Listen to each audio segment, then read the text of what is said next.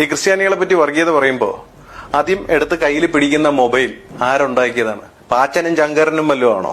ക്രിസ്ത്യാനികൾ ഉണ്ടാക്കിയ mobile phone, ക്രിസ്ത്യാനികൾ ഉണ്ടാക്കിയ ആപ്പ്, ക്രിസ്ത്യാനികൾ ഉണ്ടാക്കിയ മൈക്ക്, അല്ലേ?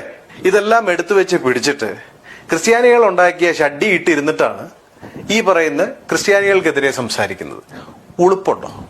സിമ്പിളായിട്ട് ചോദിച്ചു, ഒരു അല്പമെങ്കിലും ഉളുപ്പുണ്ടോ? ഇതിനകത്ത് വല്ല കോമൺ സെൻസ് ഉണ്ടോ?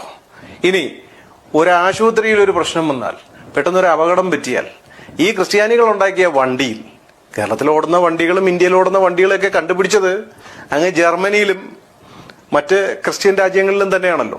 ക്രിസ്ത്യാനികളുടെ തലയാണല്ലോ ഈ വണ്ടി. നമുക്ക് ഉണ്ടായിരുന്നു കാളവണ്ടി, അല്ലേ?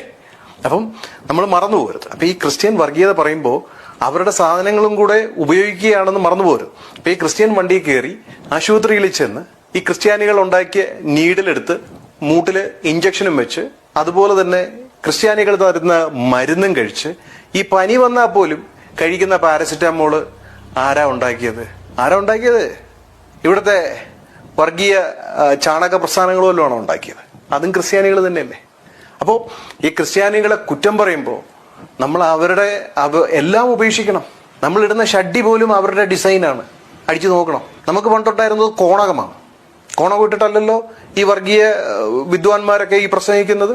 പിന്നെ അടുത്തൊരു കാര്യം, ഗുരുവായൂർ എടുക്കൂ, ശബരിമല എടുക്കൂ. അയ്യപ്പനെയും ഗുരുവായൂരപ്പനെയൊക്കെ ഉണർത്താനും ഉറക്കാനും ഊട്ടാനും എല്ലാം ഉപയോഗിക്കുന്നത് യേശുദാസ് എന്ന് പറയുന്ന ഒരു ക്രിസ്ത്യൻ കുടുംബത്തിൽ ജനിച്ച് ഇവിടുത്തെ ഹിന്ദുക്കൾക്ക് പോലും ചെയ്യാൻ പറ്റാത്ത വിധത്തിൽ സാധന ചെയ്യുന്ന ഒരു മനുഷ്യനാണ്.